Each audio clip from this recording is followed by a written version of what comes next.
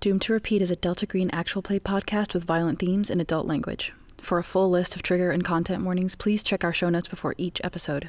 Listener discretion is advised.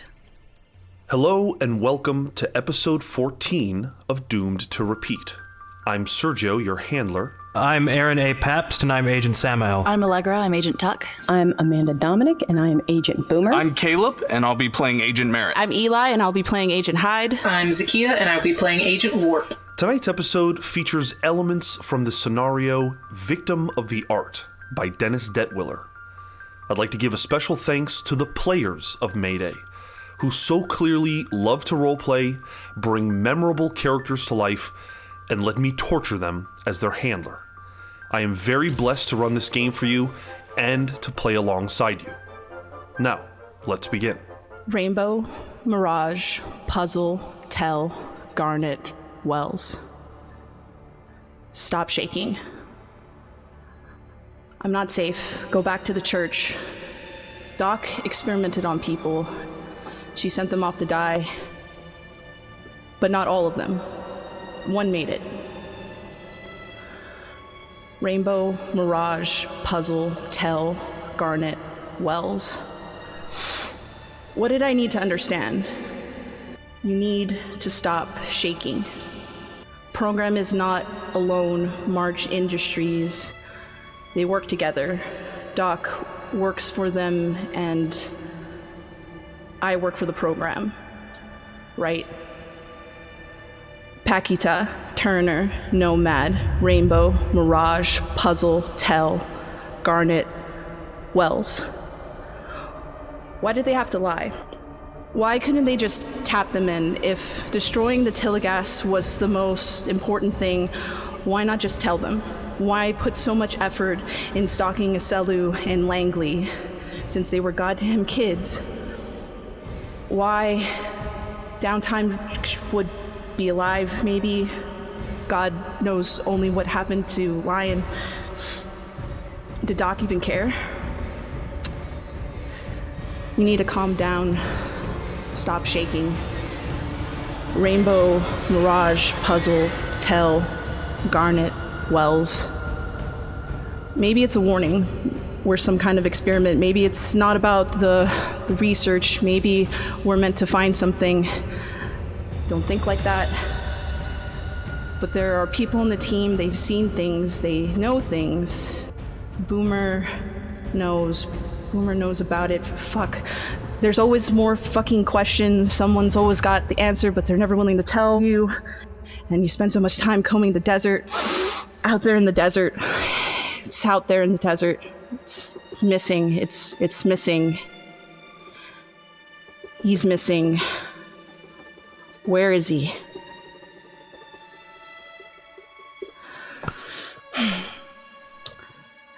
That's enough, Hyde. That's enough. We can't keep doing this. We have to keep trust in ourselves on this one. We're the only ones that can keep us safe. And we gotta keep us safe. We gotta stop shaking. But no worries, Hyde. I got you. I always got you.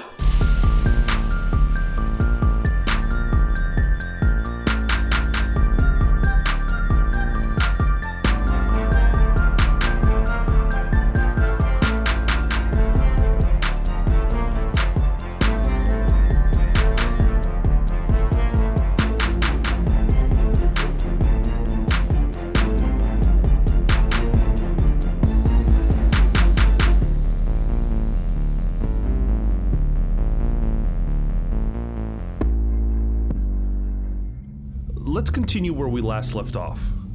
Warp, Merritt, and Tuck, you guys just survived the attempted destruction and release of a program asset known as Agent Nancy.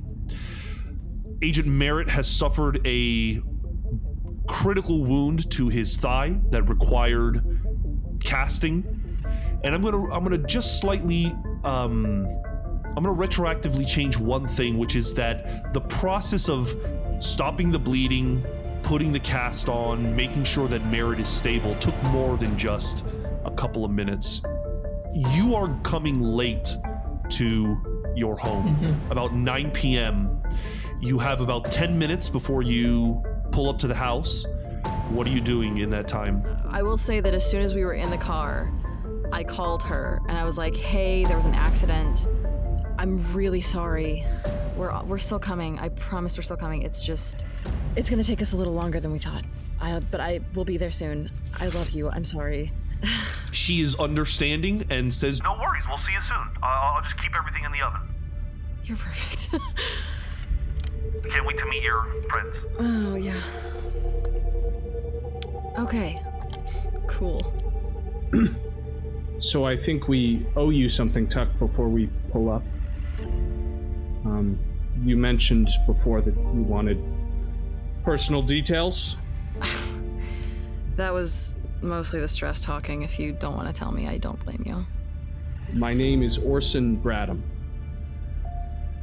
and I'm from Ithaca, New York. Orson Bradham. Nice to meet you, Orson.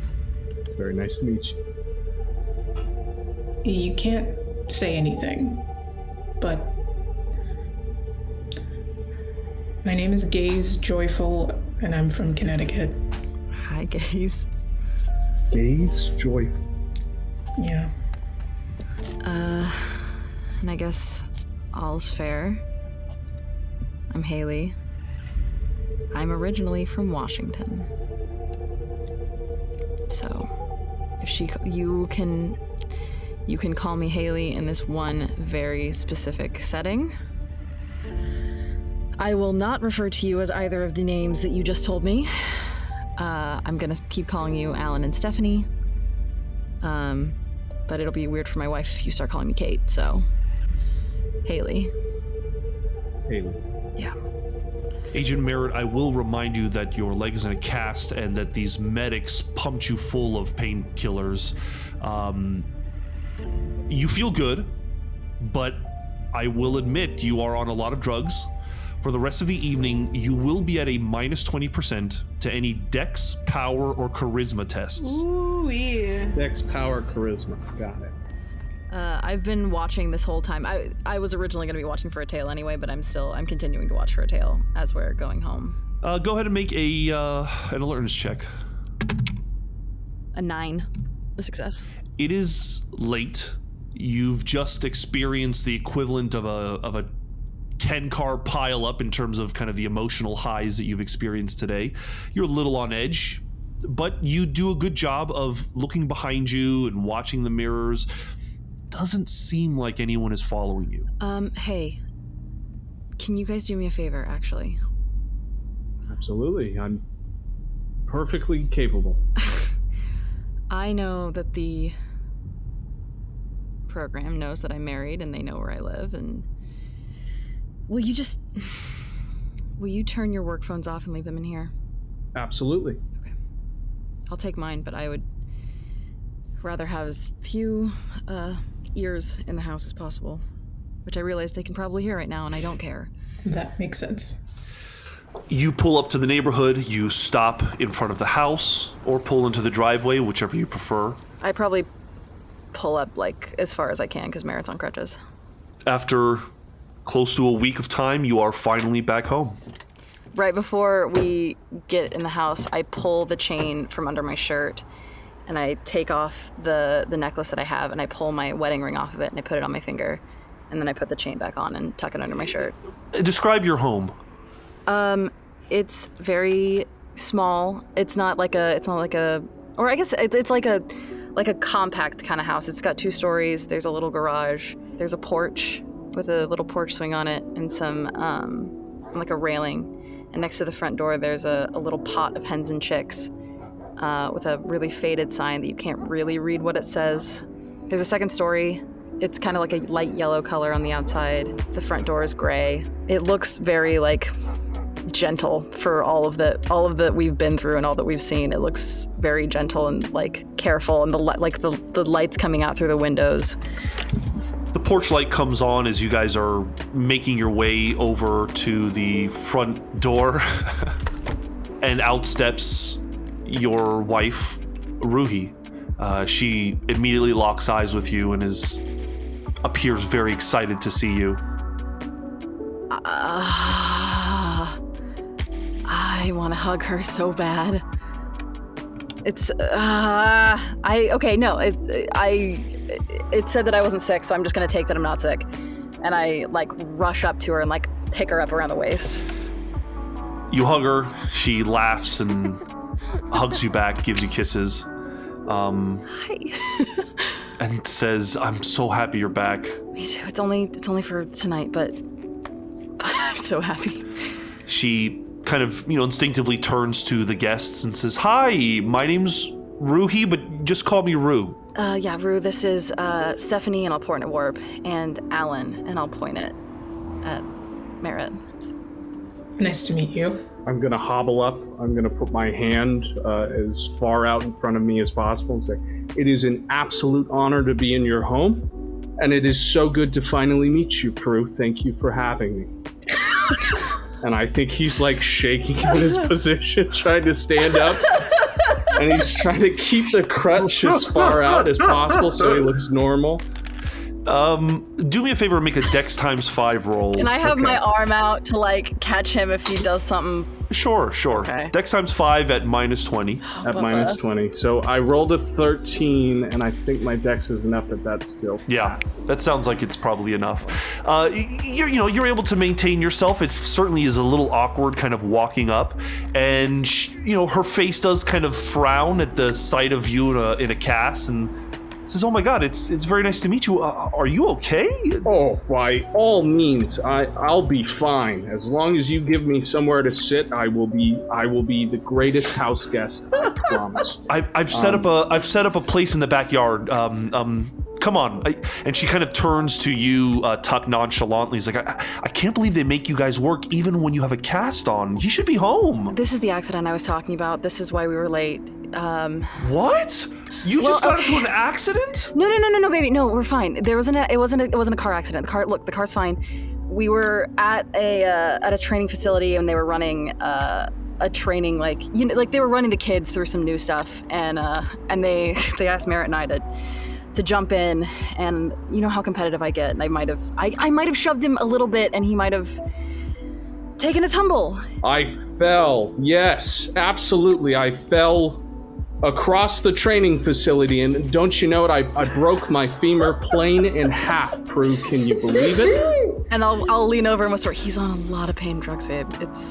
I'm going to ask that Agent Tuck make one charisma ×5 roll. Okay. My charisma's not terrible. How does dinner go?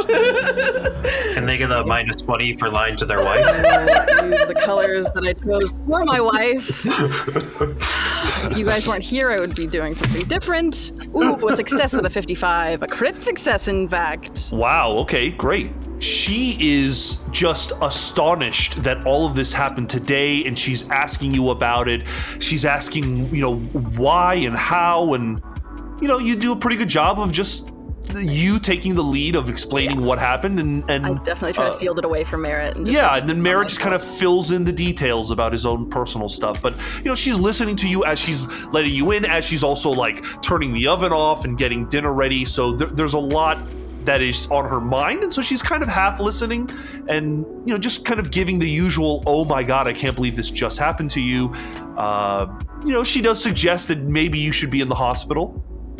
Oh, well, if I was in the hospital, I wouldn't be able to have dinner with you, and I wouldn't be able to help out your wife Haley with the very important project that we're a part of. And let me just say that it wouldn't be without her that I'd be standing with you now. So I don't think you have anything to worry about, Prue, but I appreciate your concern over me. It's Rue. Already you have been the greatest host. I really appreciate it. It's Rue, Alan.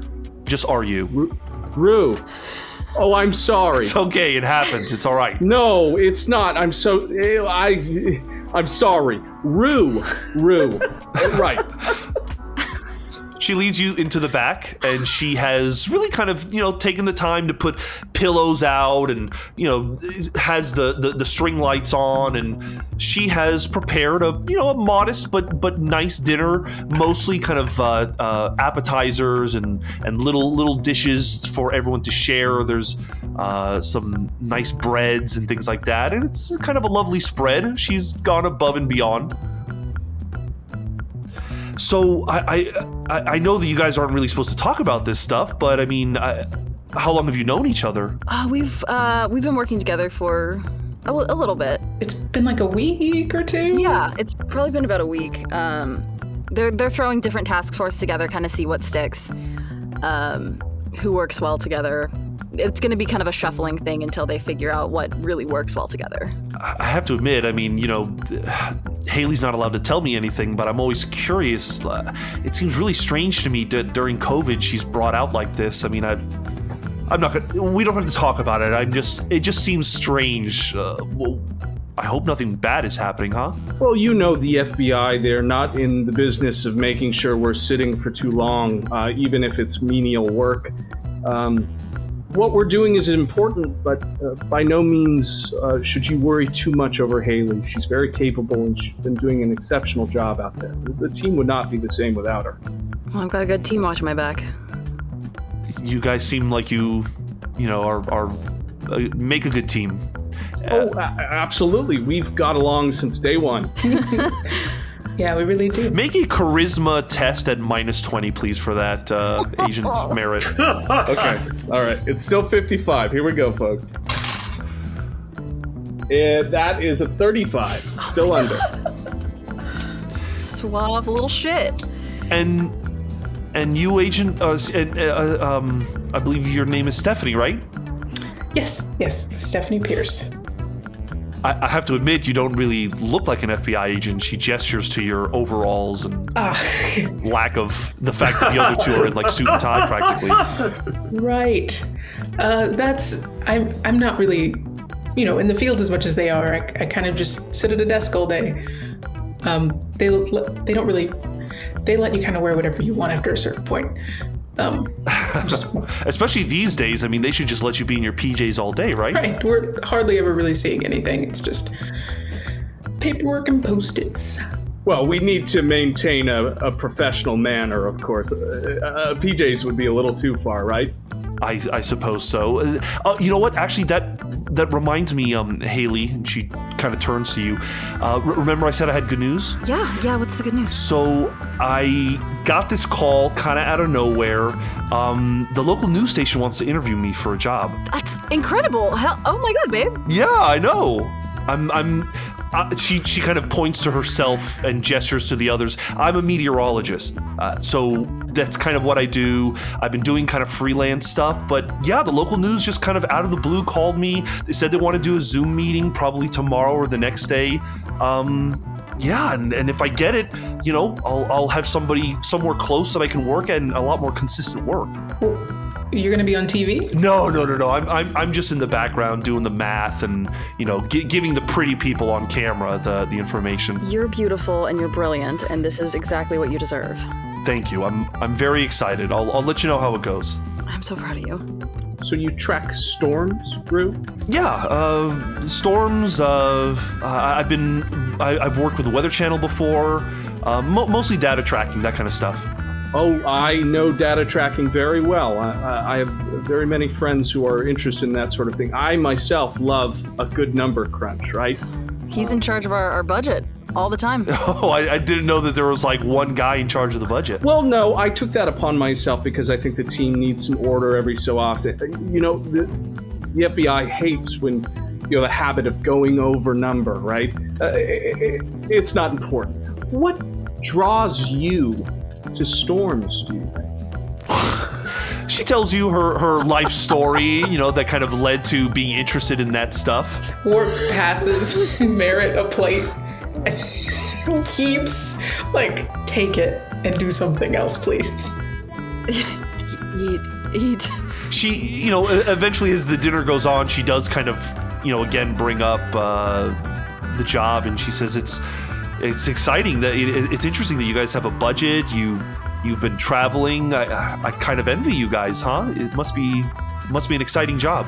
Oh, it's not all it's cracked up to be. It's a lot of sitting around, a lot of waiting. It's better than being, locked underground or something.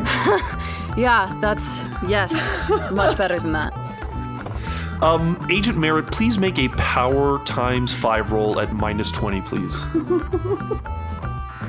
That's a big failure. Okay. 95 over 30. Oh, Jesus. Warp and Tuck, over the course of dinner, Warp has handed him a plate and is like even putting food on the plate and feeding him, and it looks like the medicine might be wearing off because Agent Merritt is like having trouble like keeping his eyes open.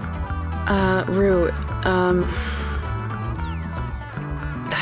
is it all right if we give Stephanie and Alan couch and the extra room for the night, and we can stay here and leave in the morning? Oh, I don't want to impose. You can just put me in the car. No, You're not putting you in the car, No Alan. one is sleeping in the car, Alan. It's fine. A little surprised. I wish you could have told me earlier, but yeah, absolutely. We'll. Sorry. Yeah. Don't worry about it, guys. We've got a comfy futon. You guys need separate rooms? I mean, I guess somebody can sleep in the jujitsu room.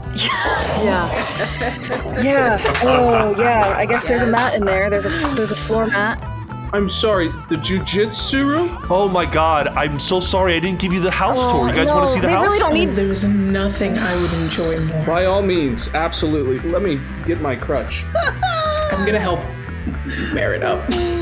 Tug is slowly getting more and more stressed, and like her hair, she's taken her hair out of the ponytail that it's usually in, and she's just running her hands through it, and it's getting like frizzier, and like she's just like, her eyes are huge. Now, Rue, are you a practitioner of the jujitsu arts?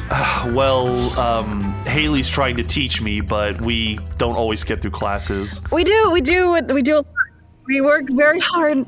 I'm just kidding, honey. She's a great teacher. Yeah, I have a short attention span. That's all. And she kind of hits you in the ribs. Tug's face is flaming.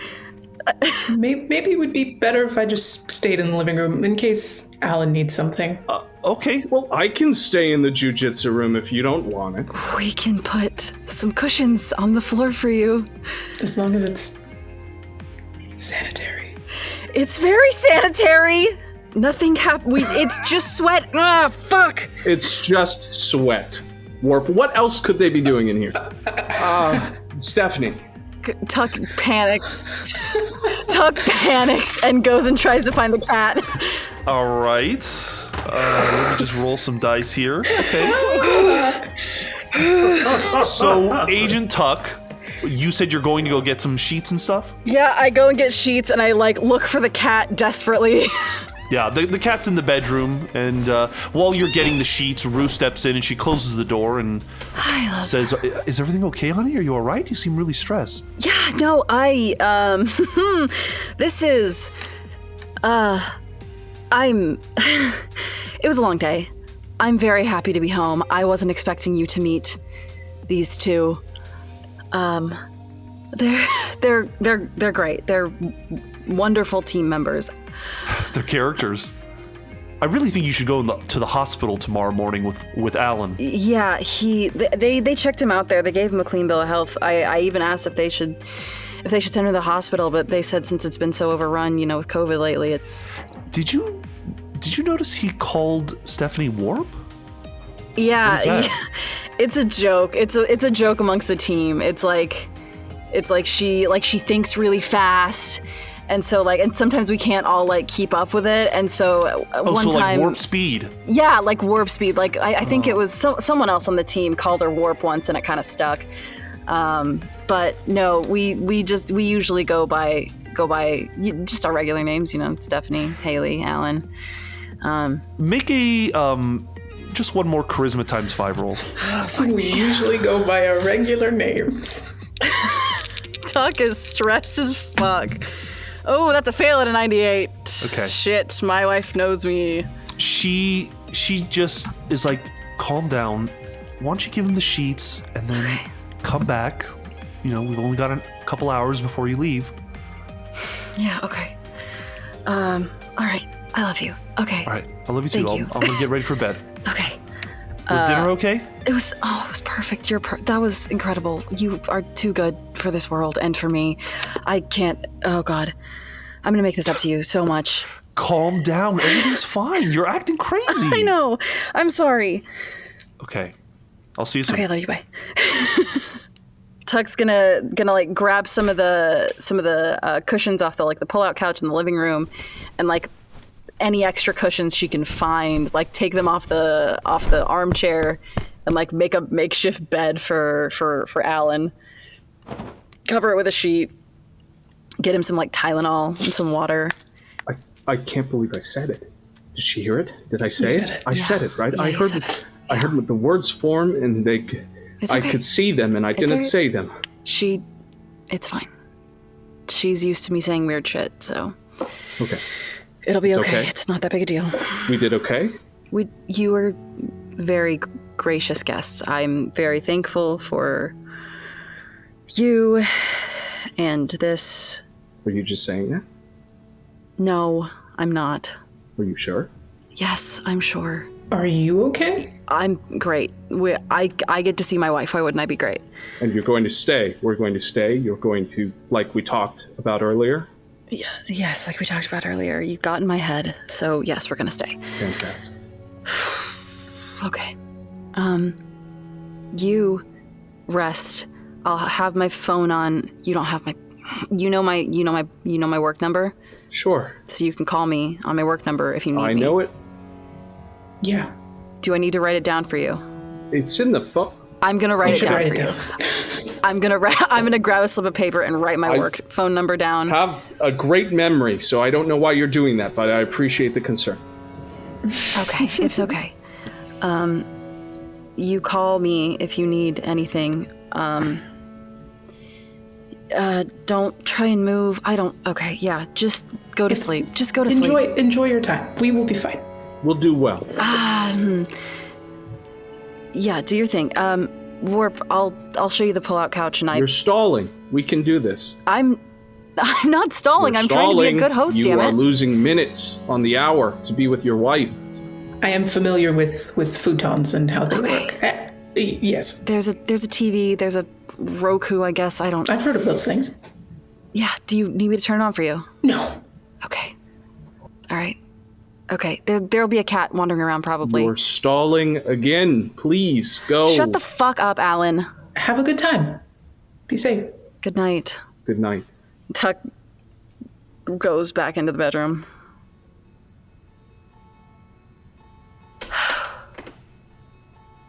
Hi. Hey. Thank you for being cool with all of this and no answers. She puts her fingers on your lips, kisses you softly, and brings you to the bed. Okay, yeah. We don't have to talk. Yeah, this is fine. Merritt and Warp, how do you get to bed? You better get it. It's getting late. Yes. I think Warp's gonna stick to what she knows. Under the mattress. Yeah, that's fair. Then if Warp is sleeping under the mattress, then I am going to caution her to set up cushions on the floor with her. And I would like to sleep like sleepover style next to her on the floor. Like I'll move out the coffee table and I'll position out, kick it out, and just lay down with her. You know. Are you sure that's comfortable for you? Oh, by all means. It's safer this way, and I figure I may need some comfort. Maybe you need some comfort. It'd be nice to have someone nearby, right? Yeah, actually.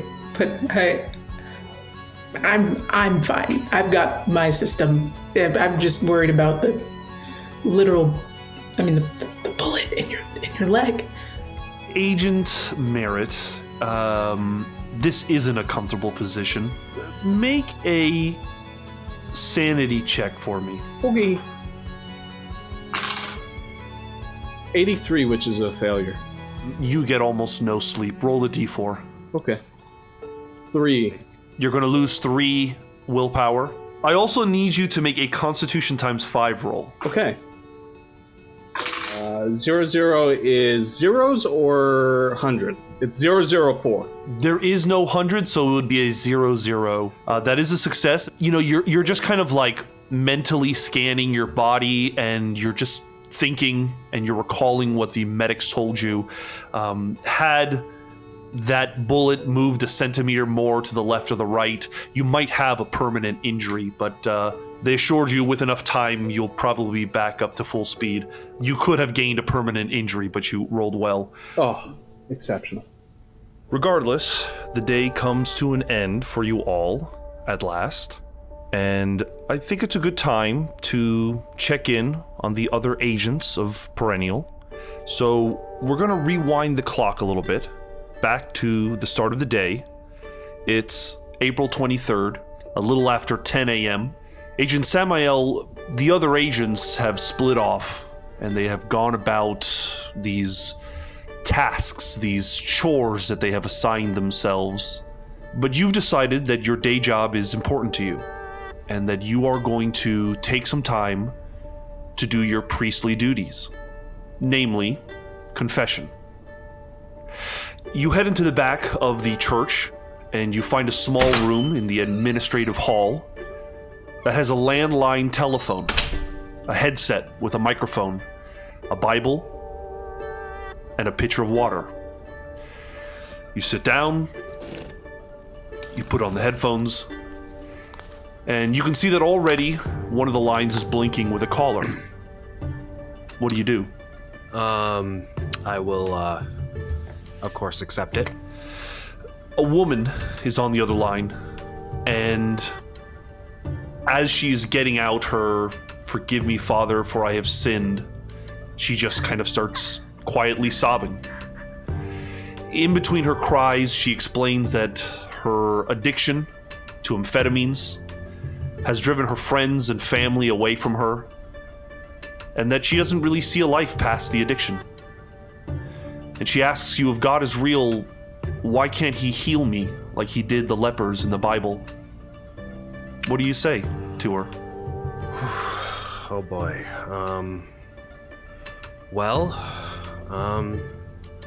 The short answer is there is no easy answer. The longer one is, he can, but you have to want it for yourself. If you don't want it, if you don't really want to go about the work of being healed, and it is work, there's not a lot that can be done for you. The first step is you have to take a step back and ask yourself if you want to get better. And if you find that the answer is yes, then you can. And there's resources available for you to do that.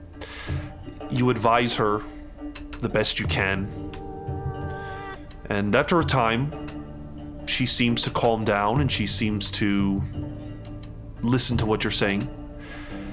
And eventually you have to move on to the next call. Something you notice is that the phone has a digital screen. It does not display the names, but it does display the phone numbers. Technically, this should be anonymous, but you assume that this whole thing was kind of rushed together, so you do your best to just not stare at the number. You know what I mean? Mm-hmm.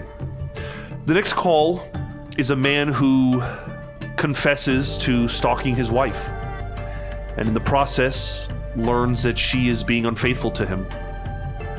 He isn't angry because it's made him realize that he has been keeping a truth from her and from himself as well. And he asks you if God will still love him even if he's gay. What do you say to him? Of course he will. And listen, a lot of people are going to tell you that he won't, but they're lying to you. And when you meet those people, you need to turn around and get yourself away from them. It's not going to be easy, but yes, he will. Call after call after call is like this. People who are desperate, people who are broken, people who need guidance, and you do your best, knowing that it'll have an impact on some and it might not on others.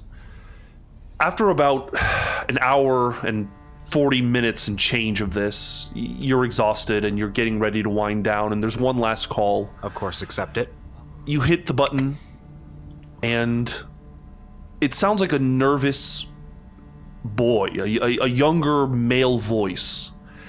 And he kind of starts by saying, I've never really done this before, so I'm sorry, I don't really know what to say. And he starts to kind of struggle to get something out. He says, I have a bad feeling, and I've been having trouble sleeping at night. I don't know how to put this, but I'm having nightmares about terrible things, about people that I know, and then these terrible things, they happen. First it was my doctor, and then it was this other lady I know. Deaths, horrible deaths. They've been pulled apart. It seems like they died in excruciating pain. Hey, it's okay. It's okay. Now, young man, when you say your doctor, do you mean your psychiatrist or your doctor? I don't know if I should. I don't think I should say it. It's okay. No one's gonna know but me. I can't shake that I somehow feel responsible about this. You're not. I know what you're feeling, and I'm telling you, you are not. Then why am I dreaming about them dying? It could be stress. It could be some kind of mental illness. Can I ask if you have seen a psychiatrist? Is that what's happening to me? Am I going crazy? It could. Well, you're not going crazy. You're just having a little bit of stress. It happens from time to time. So I want you to do one thing for me. I want you to breathe in deeply through your nose. Hold it for 2 seconds. Exhale. Do you have insurance? I think my parents do. Okay, so here's what you're gonna do. You're gonna find your insurance card. You might have it, your parents might have it. You're gonna go see your general practitioner. You're gonna ask him if you can go see a psychiatrist. And after you've done that, if you are still feeling sick, if you are still feeling like you're having problems, you need to come down to the church and see me in person. Can you do that? I think so, but I'm worried if I interact with people that they'll get hurt somehow. Do you feel that you are in danger and the people around you are in danger right now? I don't know. I don't know what to make of any of this. Young man, can you come down to the church right now? Where are you at? It's okay. I think I have to go. Okay, well, you call back if you need anything, okay? And the line goes dead. Agent Samael, you've heard people call in and say things like this before, but something about it just sits with you wrong. But it has been about 2 hours, and you think you've done your part. What would you like to do? It's about noon. I will swing by my office and see if make sure that Boomer and Hyde are still in there and that they're doing okay. You see them and they seem their noses deep in the laptop. Do you approach them? Do you say anything to them? No. If they're doing fine, they're doing fine. I think I'd like to step out of the church for a minute and get some fresh air. I'd like to stop by the liquor store around the street, pick up a pack of Camel unfiltered. And then behind the church, there's a little lotus garden. And I'd just like to go around the block and sit down in the garden and smoke some cigarettes. You smoke as many cigarettes as you like, and the time passes. It is a lovely day. Quiet, as usual, since quarantine. As you're sitting there, you get a text on your personal phone. It appears to be from Tony, from the club, and it is an invitation to a party tomorrow night. The address seems to be somewhere on Long Island. You know your way around this area, and it seems like it's an address that is in a very expensive part of town, a very expensive neighborhood. Okay. I assume I have contact numbers for Hyde and Boomer. Yeah, you all have your burner phones. I'll forward them the text.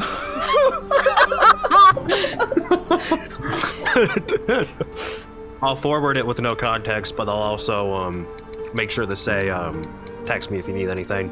I'll be about. I'm just gonna do that double tap thing where it's the thumbs up. Again, priorities, man, your priorities. I imagine Samael has like a flip phone. Yeah, I think you mentioned you have the cheapest possible phone. And I think I'll pick up a bottle of something. And I'm very interested to know if that young man calls back. So I'd like to go. There's a spot in the church in the attic where Samael likes to go and hide. I think he wants to be around in case he hears anything back from that kid, though he doesn't expect to. So I think after he's calmed himself down a little bit, he'll just go hide up there and wait. Effectively, as players, we know that for the next 12 to 16 hours until 10 a.m. tomorrow, Agent Hyde and Boomer are going to be preoccupied. What are you doing in this time? Are you going to spend the whole night in the rafters? I mean, I would like I feel like he's going to wait for a while in case anyone needs him, but he's going to realize at a certain point that nobody really does. So you know what? While I'm not needed, I would like to grab the keys to my car, go to where it's parked around the corner.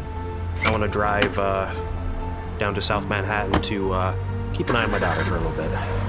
You get on the highway, or you get onto the streets and you make your way. You arrive and pull up. You find a space, maybe a block or so, a little less than a block, more like a quarter of a block away, and you see the home that your daughter lives in, and she's actually kind of playing outside. Yeah, she's drawing, skipping chalk marks on the ground and skipping over them, and her foster mother is out there with her. I'm gonna make sure to keep plenty of distance. I'm not gonna leave the car. I'm just gonna watch. After a few minutes, Ruth's foster mother hears something going on in the house, and she gets up and she kind of walks inside. And Ruth is now outside by herself, kind of finishing her drawings on the sidewalk. I'll get out of the car. Get out, and do you walk towards her? I'll walk past her. Not towards, past. You're walking, are you on like the other side of the street or same something? Side. I'll go to the same side. Okay. I just don't want to, I don't want to be the kid that's, or the guy that's approaching a kid, a strange kid directly, so I'm just going to pretend like I'm kind of walking down the street. I think that in your time communicating with her, as much or as little as you have, you walk past her and you do notice, as you kind of glance back, that she's stopped what she's doing and seems to have recognized you. She's just kind of watching you go by. Hi, young lady. What you drawing? She's kind of looking at you and sees that you engage her and just points down and says, "Hopscotch." Oh yeah?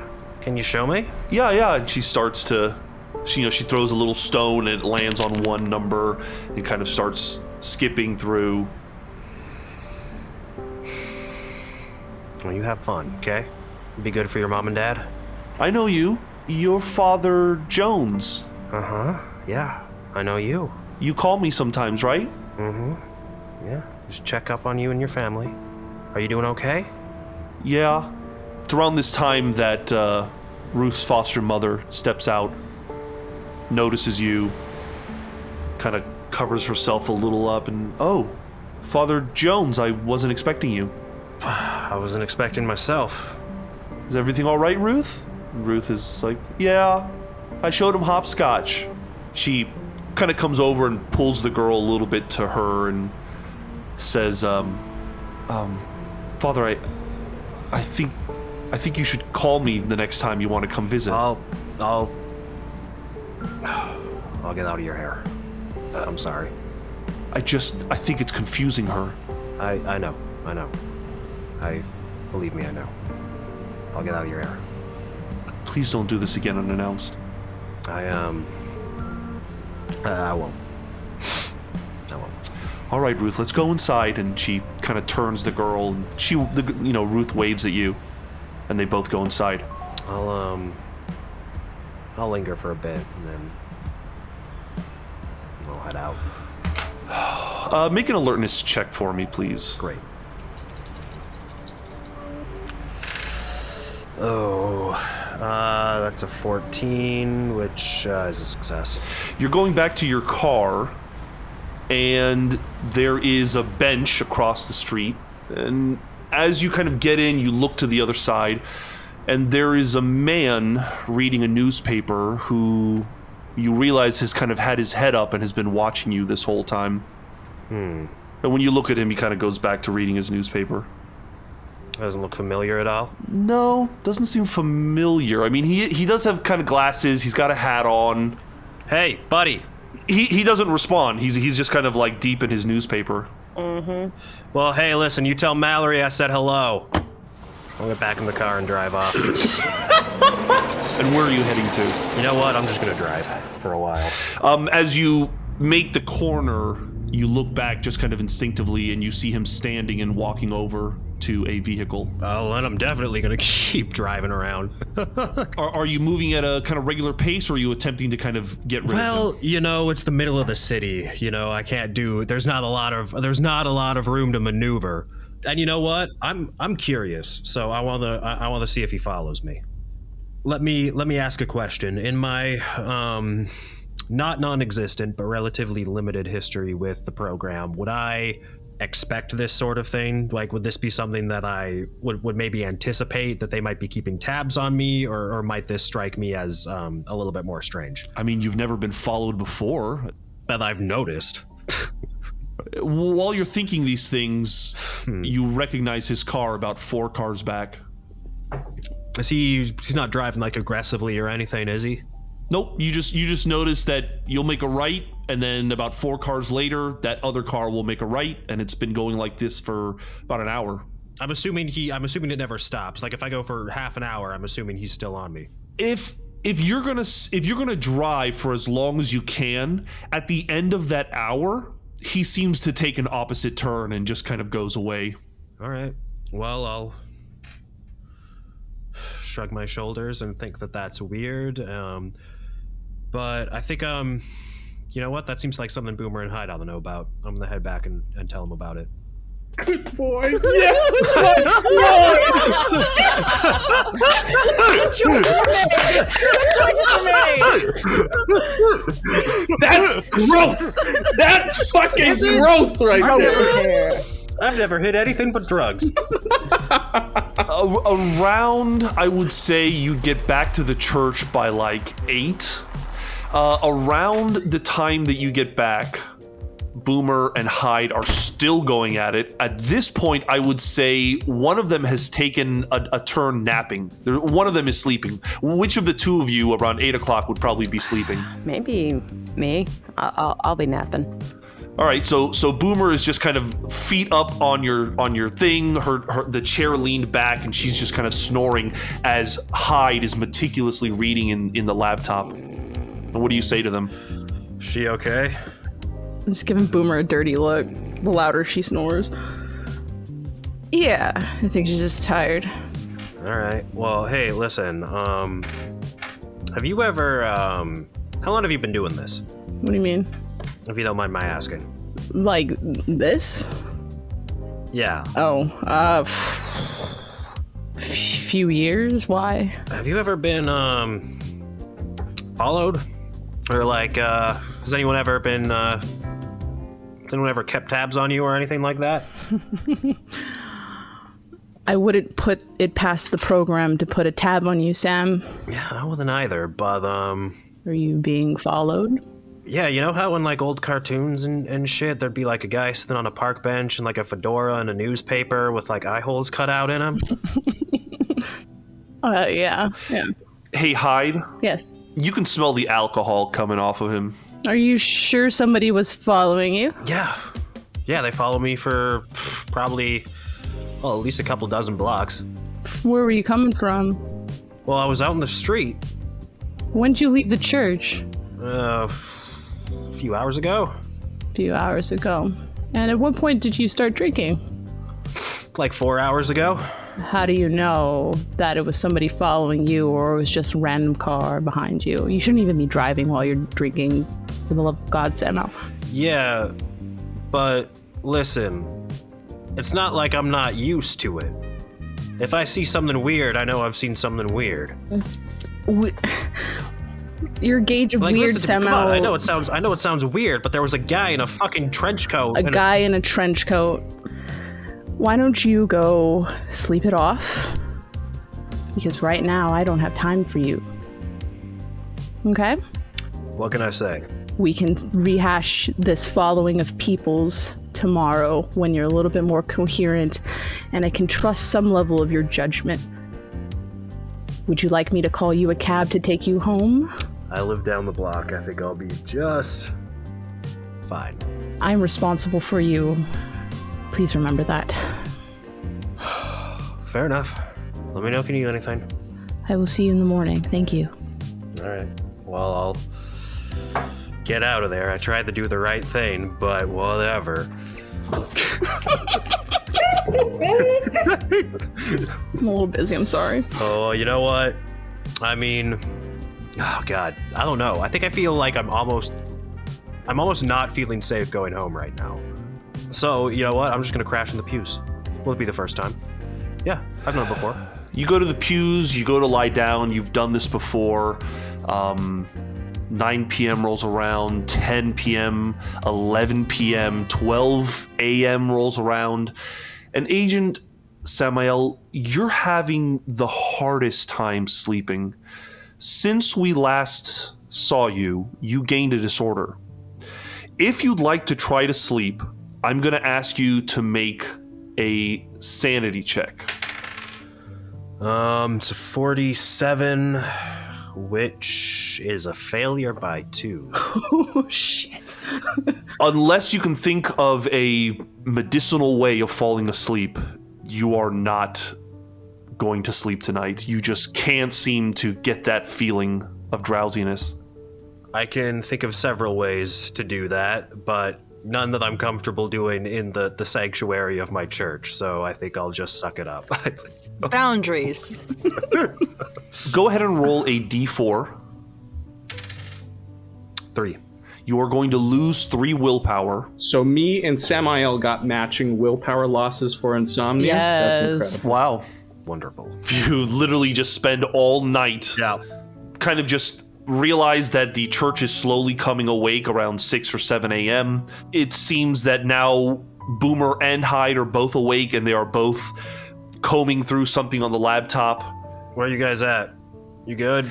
Around 10 a.m., they seem to have finished, and as you are walking in, Agent Hyde is storming out. I'd shoulder check Sam on the way out.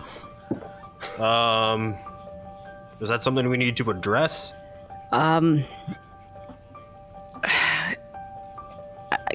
Probably, but frankly, I don't think they want to hear anything we want.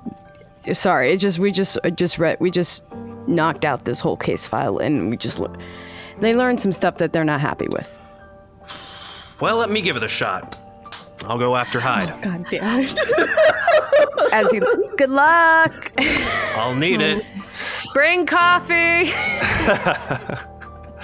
Let's stay with Boomer for a moment as Samael kind of rushes out. Boomer, you've read the same thing as Hyde. You've been able to kind of stem your feelings, the incredible revelations that you have learned, that there was this machine that could effectively still exist today that caused this anomaly that required Navy SEALs to be sent back in time. Your head is swimming with the thought of what else is being hidden from us? What other horrors could there exist? But you didn't lose sanity because you remembered that you're just here to do a job. You're collecting, putting things away, and moving on. What are you doing in this moment that you're by yourself in this room? If I'm alone in the office, I would have taken out a second fob, and I would have actually updated it with all the other previous case information. I would have grabbed the second laptop, done things on that laptop to make sure like any kind of coding and all that would show not my personal laptop, but I'm basically copying that, and then I'm going to go ahead and slip that back into my pocket. And then I'm going to do a quick Google search because I feel like this is connected to Daniel Fries. So you open up the search engine, and what do you type into Google? I'm going to do the most basic one, and I'm just going to write Daniel Fries to see all that just comes up really quick. You type in Daniel Fries, and there's probably 800,000 results. I am going to go ahead and Google Daniel Fries and Black Chamber. You do so, and you get about 100,000 results. And as you start looking through the first page, you realize that there is some kind of connection to a Daniel M. Fries and a Black Chamber. What you learn is that Black Chamber was a real group that existed in the early days, 1920s, 1910s, that was a decoding group. It was a group of people that spent their time decoding the Nazi, the Italian, the Japanese codes that were being sent out. They were code breakers. And sure enough, a Daniel M. Fries was connected to Black Chamber. You eventually see an old photo on a website of a group of these code breakers, and you surmise that the way that it's annotated, you think you know who this Daniel Fries is, kind of a younger, blonde-looking man with glasses.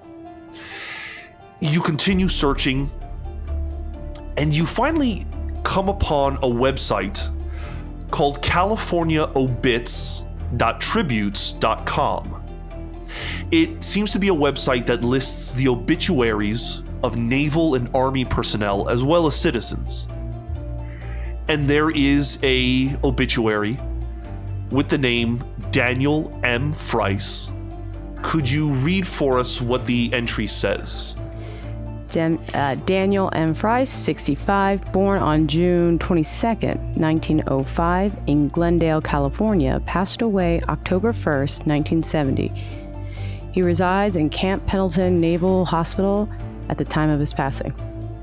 If there is any record of Fries, as they said would probably exist in terms of medical records, the records of any interviews he may have done with psychologists or psychiatrists, it would be found at this place, this Camp Pendleton Naval Hospital. Sorry. No, I was born there. No, yeah. Legit. You were born in Camp Pendleton? You were born in Pendleton? That's why I was starting to giggle. That's hilarious. I'm not joking. Well, that's amazing. Oh my God. This is not boomer, though. You're saying... I'm talking Amanda. Yeah, I was born in Oceanside. I was born at the naval base. So we're just coming for our real backstories. Just started laughing. I swear I didn't know that.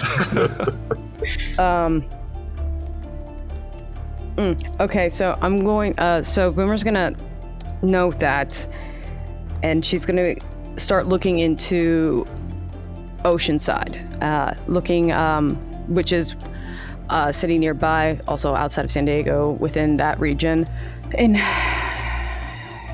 kind of see like what's our flights, weather, hotels, because I know that Daniel Fries is going to be a key thing, especially into everything, so I'm going to try to gather as much info to start making my plea case to Tuck, because I figure if I can get anyone on board, if I get Tuck, I can get everybody else. You know that this is a key to getting Mr. Pleasant to help you, and you are doing the research, getting the hotels and getting everything kind of planned. You do see many articles stating that the COVID cases are pretty bad in this area, and that Camp Pendleton Naval Hospital would be the epicenter. You immediately realize, if I'm going here and I'm convincing them to go, we're literally going into a hospital that is currently dealing with this issue. I'm gonna, while this is happening, also I need to send a text to my fiance, and I'm gonna, 2 separate texts, one to my fiance saying, hey, checking in, miss you, I hope today's easier than it was before. Send another one to my sister saying, hey, hope all's good, and also to my business partner saying, hey, it's gonna, like, basically checking in so they know I'm alive. Yeah. Who is, what is the name of your business partner? Evans. Evans texts you back, and he says hi, checks in on you. He does make mention that he is in talks with a client, a new client, like brand new, like just texted him the other day. And he just wants to know that it's cool that, he send all of your, kind of business information. He'll probably share phone numbers and make sure that if they want to reach out to you. And he just seems kind of excited about this new client. I will say, great! Exclamation point! Smiley face. Oh, what?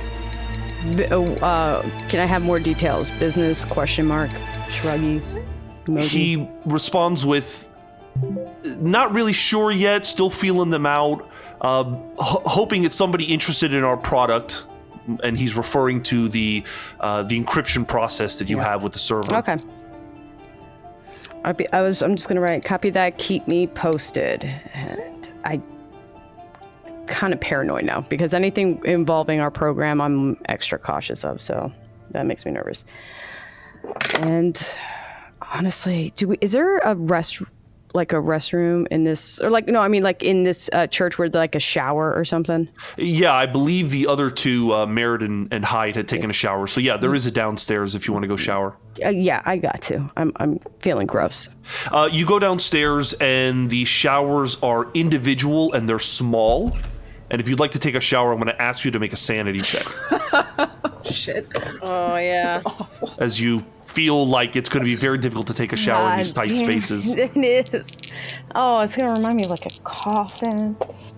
Oh, I got a 1. Nice.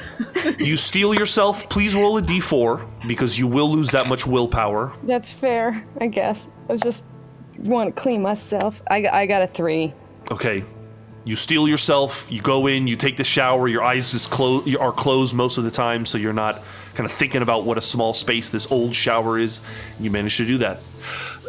Let's cut back to Agent Hyde. Agent Hyde, what eventually gets you to stop? What eventually gets this kind of semi-panic attack that you're having to kind of quiet down and go away? I'm probably eventually get stopped at one of the walking lights. So I just stop. Even though there's no traffic on the street, it's just following the rules. I just stop. And there's probably just a glass window. And I just, during that entire time, I'm just staring at that glass window, trying to sort myself out. And eventually I just come to a level of calm. Agent Samael, give me a search roll to see if you can kind of comb the streets and find Agent Hyde. Ooh, 95. Yeah, you just go in the opposite direction that Hyde went, and unfortunately, time passes and you can't find her. That's too bad. What are you doing, Hyde, once you've calmed down? Figuring out how far I went, and then the most logical thing would be to circle back and try to head back to the church. I think that eventually you would both at the same time kind of walk back to the church doors at the same time. So the two of you see each other outside the church. You okay? Perfectly fine. Everything's fine. Mm-hmm. I just needed a moment, but I'm good now. I'm safe. Everything's safe.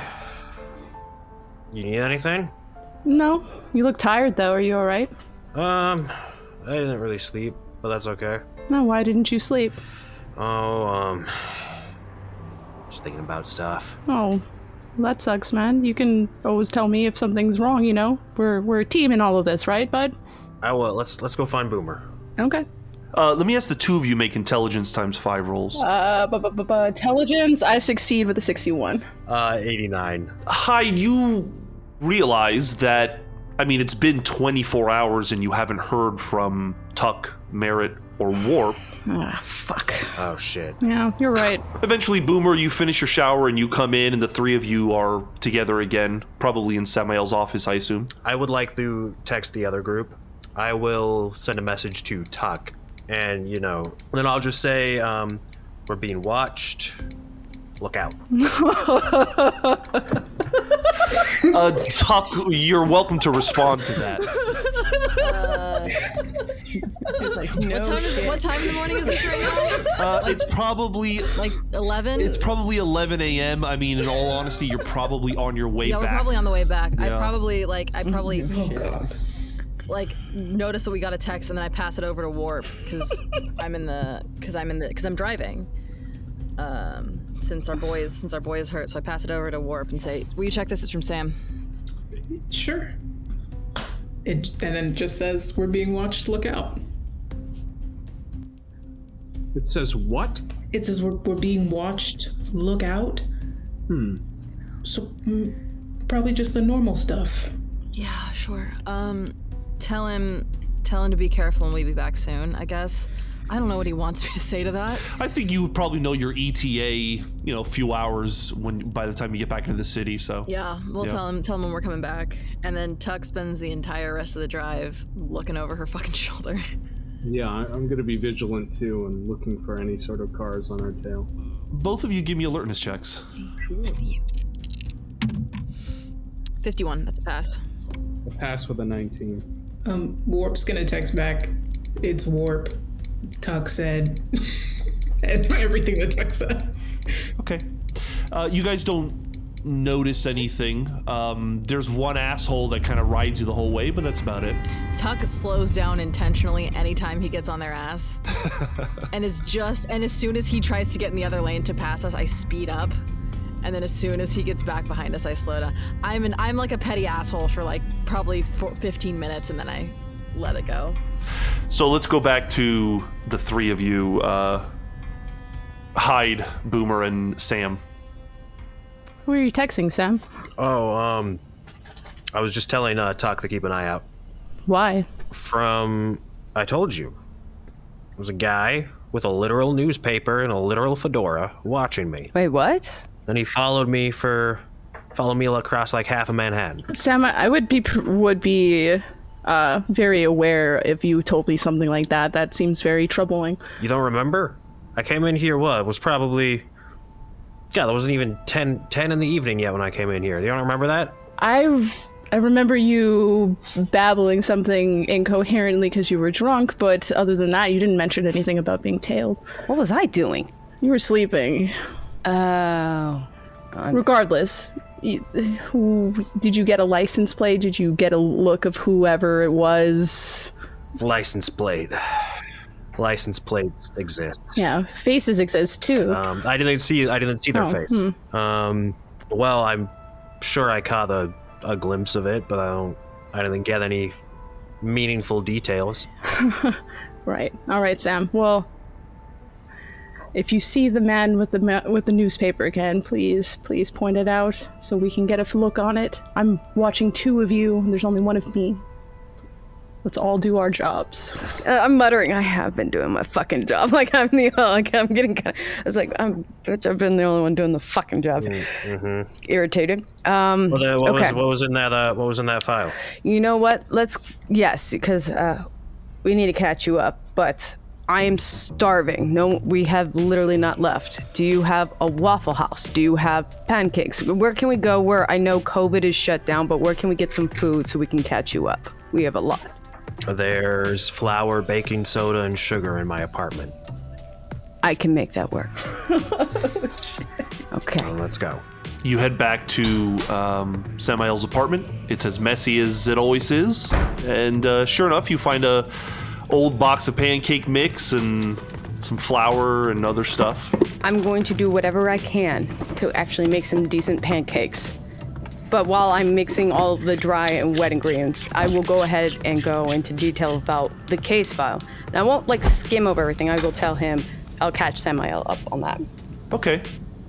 I think that Samael, you're far enough removed from really getting into the details of it that I'm not going to ask you to make a sanity check. But it is a incredible tale nonetheless. And you certainly wonder what it has to do with anything. But it is quite strange. So, March Industries. Have you guys looked that up yet? No, we should actually. Though, I did do some research on Daniel Fryson, Black Chamber. That's I did that. Anything interesting? A little bit. And I think once we're done here, I do think we should make that a priority. And from what I found out, it's in Pendleton in California, Southern California, just outside San Diego and Oceanside. It's a long ways out. I know, right? God, I wish we had an accountant or something. I'm wondering if March Industries has any like connections to Ansel or something. Could be. I don't know how to find that information. At the same time, though, March Industries is a bit outside of our objective. Boomer brings up a valid point. Fryce is our objective. March Industries is more of a side thing that's kind of irrelevant. Mallory wasn't very interested in it. Might be connected, though. Mallory said that anything on the board wasn't of interest. Let's Google it. Let's Google it right now. Why not? It's not on the board. It's not on the board. March Industries isn't anywhere on the board. It's still off subject. You never know. I'll take my laptop and I just want to do a cursory search for March Industries, see if anything comes up. Yeah, sure. You go to look for your laptop and you can't find it. Slight problem. What problem? What'd you do? You two haven't seen my my computer, have you? I'm sorry. What? Samael, where's your laptop? Did I leave it back at the church? Oh my God, Sam. I'm gonna get right up. I'm like, wait. Stop. Where is the super secret government fucking computer that was assigned to you and no one else? Well, can you turn it off? Holy shit. Okay. It could be at the church. We're gonna yeah. So we're gonna eat because I don't want to burn this stuff any more than I have to. And we're gonna go. Boomer, we don't have time to eat, Boomer. Take it with you. Wrap it up in a paper towel. Take it with you. Boomer, I'm telling you right now, we have to go find this laptop. I know. You win. You won. We're going. All three of you give me search rolls as you head back to the church and attempt to find this laptop in the fob. What's my search? 79. 92. Yeah, I failed. I failed too, 63. Sweet fucking hells. I mean, you think you're looking at all the places that you've been, but you do not see this laptop. So I hate to be Mr. Paranoid here, but I'm gonna go ahead and blame this on this guy that was following me yesterday. You took the laptop with you? I would like to point out, I was very certain I left it in this office. But we were here all night. There are contingencies. There are backups. We need to get our story straight really quick because I don't want us to get killed with a missing laptop. So what are we saying? I don't think it matters what are we saying. What can you do? If it got destroyed, we could say that and we can buy some time until we can find it. Well, you can't there's no kill switch or anything? Well, thank God that there's security to get so don't worry. But if you're saying someone is following you and you didn't get the license plate and then all of a sudden all of our super secret technology is missing, that doesn't bode well for me. Okay, you know what? One problem. That makes me very nervous. I think at this point we're all just standing in a circle in the office we're just no. Okay. Hyde. Yes. Question. Yes. You've been with... I have my relations with the program, but with yours, in your estimate, how screwed are we? It's a lot, Boomer. It's a lot. The safest thing would be to locate the laptop because we are now in a violation of security. And I have orders to do things if we are in breach of security, so it's the best interest of both of you to find that laptop. So let's go ahead. We'll look at the office. I will take this area. I'll take the office. I don't... Go to confession. Was that where you had it? The car? Where? Where's your car, different... Oh, I didn't take... It's in the parking structure around the corner. I need to go look at your car. I'm gonna check the couch and area furniture because I feel like there's places he might have just stumbled and either done that. And I'm gonna look under the couch. Do I find anything or can I look there? Make a Dex ×5 roll, please. Okay. Oh no, I failed by I failed. I have a 70 and it's a 60. Samael and Hyde, please make alertness rolls. I fail. Alertness succeed with a 27. Agent Hyde, you are the only one that notices that Agent Boomer reaches down under the couch and with sleight of hand places and then pulls out the laptop. Oh! Are you fucking kidding me? Samael, you don't see anything. I know, this is Aaron just being mad. And what do you say, Boomer? I'm going to grab it, and then I'm going to go behind Samael and smack him upside the head, shove it in his chest, and I'll be like, do not fucking lose this shit. Let that be a goddamn lesson for you. Do you understand? I mean... You're a researcher. I'm a researcher, and I'm going to point to Hyde. I'm like, she's the fucking gun. I just have the pleasant smile on my face. Her job is to kill us, just FYI. And I'm going to look and note, like, yeah, you bitch. I'm going to be like that. But be like, do not lose this. And I'm going to just shove it in his chest and walk out the office. Boomer, make a sanity test for me, please. Yeah, sure. I believe that's fair. 55 out of 58. Yes. I mean, you walk out into the cold air and it's just like, you can feel it. I mean, you're just starting to really sweat heavy, but you think that you're cool and nobody saw anything and we've moved past this. We've got about 2 hours before Merritt, Tuck, and Warp are going to return. What are we doing with our time? Well, now that I have my fucking laptop back, can I Google March Industries now? Yeah. You Google March Industries and you find a incredible website, rave reviews about a leader in the military tech industry named March Technologies. Has existed since the 60s and is best known for its computer technology, its navigation technologies. It seems to always be on the cutting edge, and our government loves being supplied by them. Do you share that with us, Sam? Yeah, I'll probably read the article out loud. It's a cover from. We don't need to worry about it. Well, let's try this. In the Google search bar, I'm gonna type in Marsh Industries Ansel Incorporated into the same search and see if anything pops. Okay, make a luck roll. Here we go, my boy. You got this. You got it. He's all luck. Nerd. 3. Wow. Oh, Yes, honey. yes, my boy. With a success, there are many, I mean, we're talking pages and pages of information about these two companies. But you do see one mention in a business magazine about the fact that Ansel Incorporated is a subsidiary of March Technologies. Well, there's your connection. Come on, Hyde. You're a little impressed. Come on. You Google search something, which I guess could be oppressive for your age, but... Come on. I'm 35, by the way. Bullshit, you're 35. Regardless. I am. Regardless. So you've connected both of them, but it doesn't pan with the mission that we're supposed to be.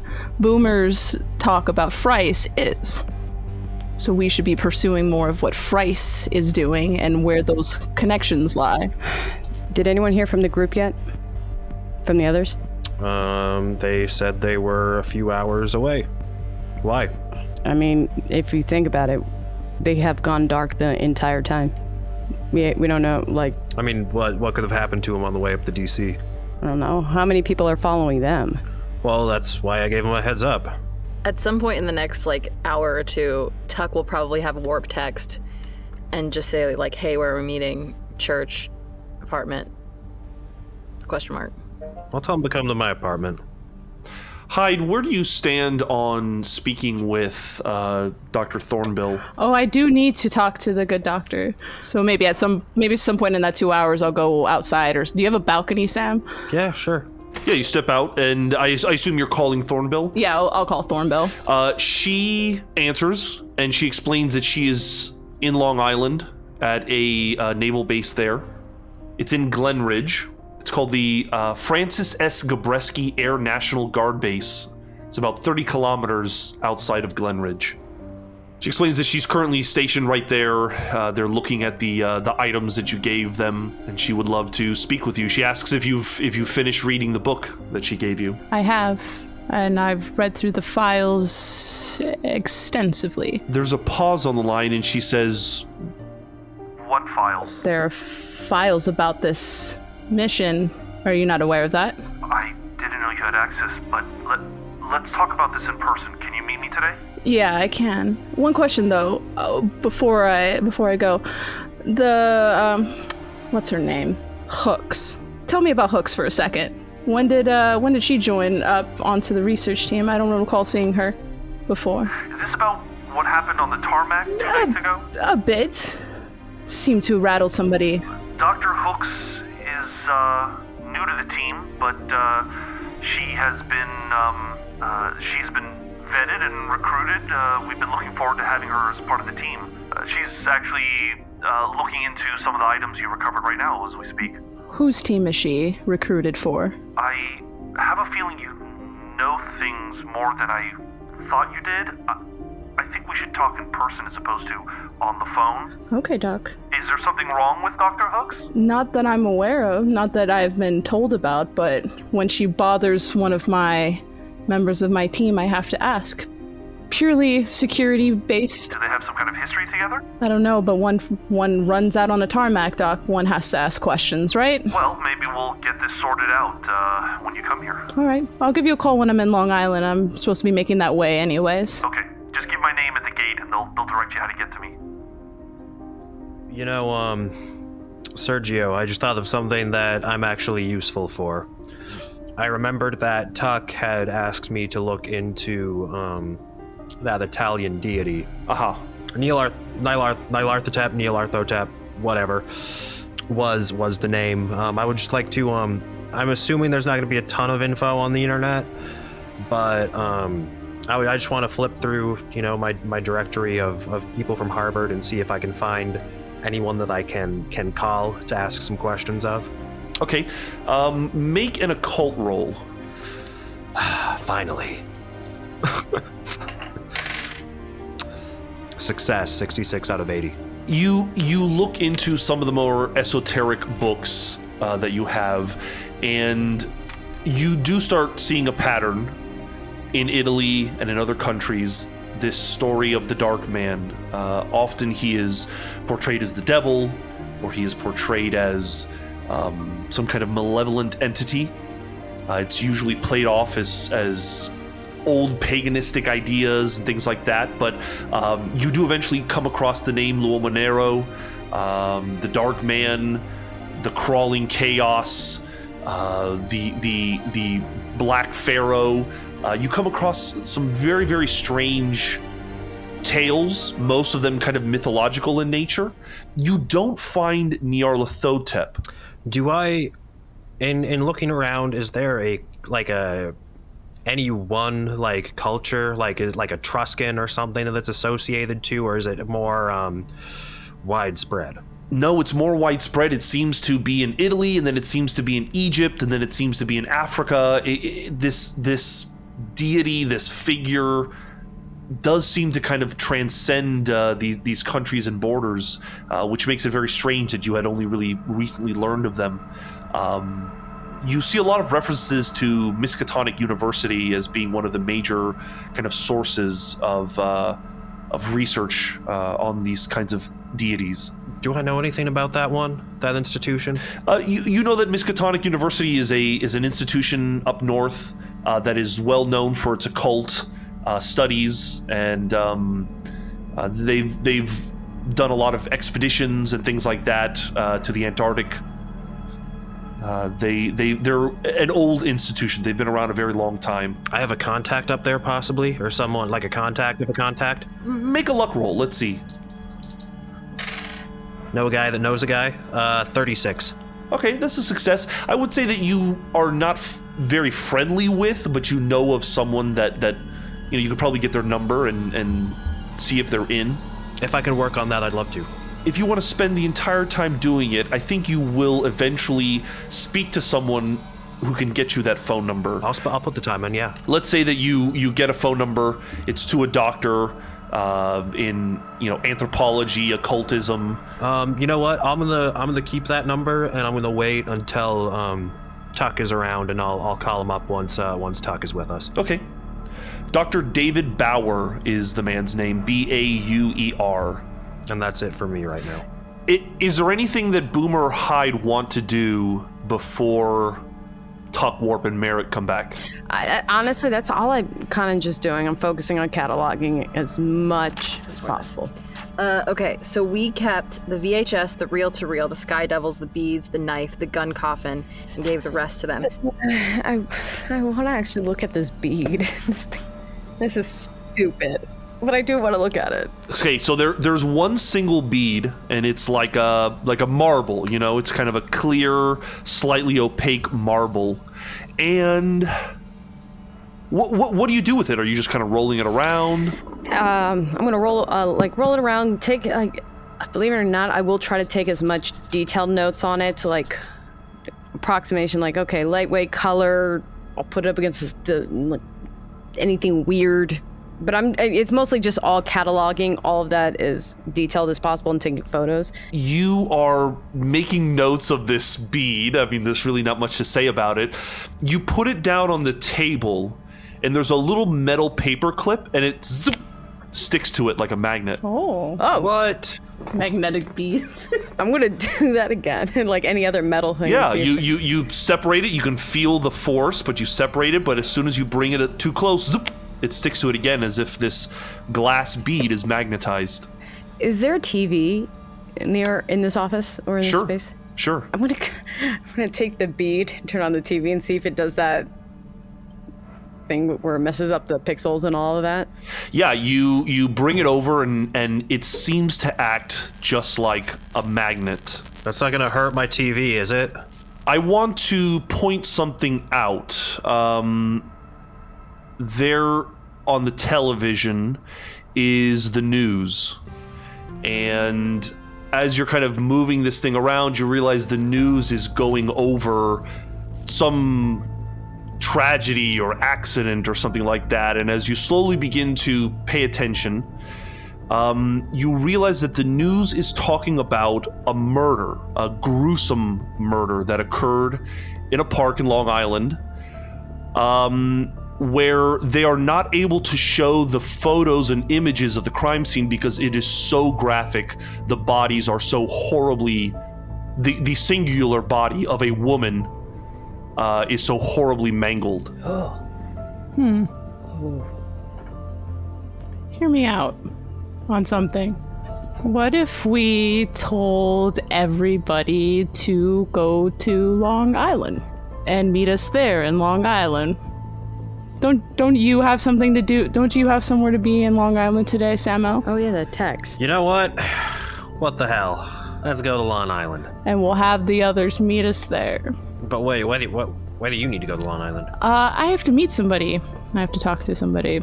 A contact. I will point out that as the news goes on, it explains that this body was originally found in the early part of the morning, suspended from a tree on the property of Glenridge High School. Oh. Do we think that we're related to that in any way? Is that something that we should get involved in? I'm asking. I'm not saying we should. It's not out of question for a team in the vicinity to at least check it out. And report if we need to further investigate it. All right. I'll pick up my phone and I'll text Tuck and I'll say, hey, change of plans, you're heading to Long Island. I'll give him like a public address, like a Starbucks or something, and say let's rally here. Kai, do you want to drive? Yes, I would love to drive. Go ahead. Thank you, Sam. Better I don't do it. Take a big old hit off the flask. So you send that address, you guys get the number, and the three of you jump into a car, and you are... Is anyone following us? Make an alertness roll. 99, no. It seems like the coast is clear. Seems. you guys jump into the vehicle and you make your way out of the city. I mean, it takes 45 minutes just to get out of the area that you are in, even with the lack of traffic. There are zones where they are stopping and checking and making sure that you guys are government officials, allowed to leave. You flash them your CDC badges, and you make your way to Long Island. This is a drastic change from the city. It's much more rural in certain areas. It's very nice. And you make it to the small town of Glenridge. I'm gonna lean my head forward between the two, because I'm gonna be like, hey, Hyde, if you see a White Castle, can you pull over? Okay. We'll just, why don't we just grab lunch or something, and then we'll wait for everybody, and then... They should be close. We'll regroup. Let's wait for them. Yeah, please. There's a television on in the White Castle, and they are still talking about this morning. The news updates and says that they had finally learned the identity of this person who was killed. It was a Vanessa Hatvan. She was the librarian at the Glenridge High School. And they believe that it is connected to a murder that happened a few weeks earlier. A one Carl Moretti, who is a dentist in the area, who was also found in a similarly gruesome, torn apart fashion. You know, they can't show the images, but they go into as much gruesome detail as possible, explaining that the spinal cord and head had been severed. It seemed that the brains had been removed, much of the spinal fluid removed, and the body kind of discarded in a like a wooded park area. As I'm sipping my Diet Coke and watching this and pointing to it, I'm gonna be like, you think that's zombies or vampires or... You know what, Sergio? Can I find like an internet link to that story or something? Sure. And just send it. I send it to the other group. I at least want them to have an idea of what they're walking into. You have your lunch. Are you going to wait at this White Castle until you meet the others? Yeah, we're waiting. That's fine. Yeah. Let's check back in with Tuck, Merritt, and Warp and see how their morning went. Most of you slept well enough. Agent Merritt, let me ask you to make another Con times 5 roll to see if you have healed at all over the evening. A 49, which is 1 under my Con of 5. Wow. You will gain 1 health. Awesome. You know, you get up in the morning and you see that your leg's in a cast, you still have bandages over your neck. You're a mess. Yeah. I think we're waking up, right, in the morning, or at least, you know, the others are. I think I'm going to send a text to Miranda, and it is going to be an old picture of Miranda, Gordy, and I on a hiking trail, one that we've frequented, you know, a few times, and it's an older picture, like 2 years ago maybe. I'm going to send that and then say, thinking of you both, remembering fondly our trails. See you soon. I hope things are well. And then I'm going to list out again all the things I need her to do for my dog. In between your large texts, she texts back and says, "So cute, thank you for sending this. Please come by soon. Gordy wants you to read him another story. He keeps talking about that one with the sailor named Anchor." Thanks, Sergio. My heart didn't already hurt. Is that legal? I'm going to send back a text that says, in New York, talk soon. Oh, please come by as soon as you can. And she'll send you a photo of Gordy sitting next to your dog, Samson. Oh, I think I'm good there. He'd probably send some bullshit text about how for Gordy not to hug him too tight because that influences snapping tendencies. You guys wake up. Rue offers to make breakfast. Anyone up for breakfast? I You don't have to do that. I can do it. You should get ready for your interview. Oh, yeah, but that's not going to be for a few hours. Don't worry about it. I just want to spend time with you before you have to leave. What time do you have to leave? We should probably leave soon. Yeah, we need to get back to the team. And I need to grab a box out of the closet, actually. Oh, yeah, sure. Yeah, go ahead. I'll just chat with these guys. Will you help me, actually? Can you come help me with the box? Okay, all right, yeah, sure. She joins you. I just wanted to spend more time with you. I just like looking at you and being close to you. What are you looking for? The 97 box. Oh. Yeah. Yeah, it's right here, and she goes into one of the kind of lesser used closets and pulls out an old box of yours. Does this have something to do with like what you're doing? Potentially. You don't have to worry about anything. It's not. I'm solid. I know I told you that before. Okay, I believe you, but I just know that this is sensitive for you. Yeah, this, yes. It's fine. I need this for work stuff. Okay. All right, yeah, sure, whatever. I'm gonna start breakfast. Thank you.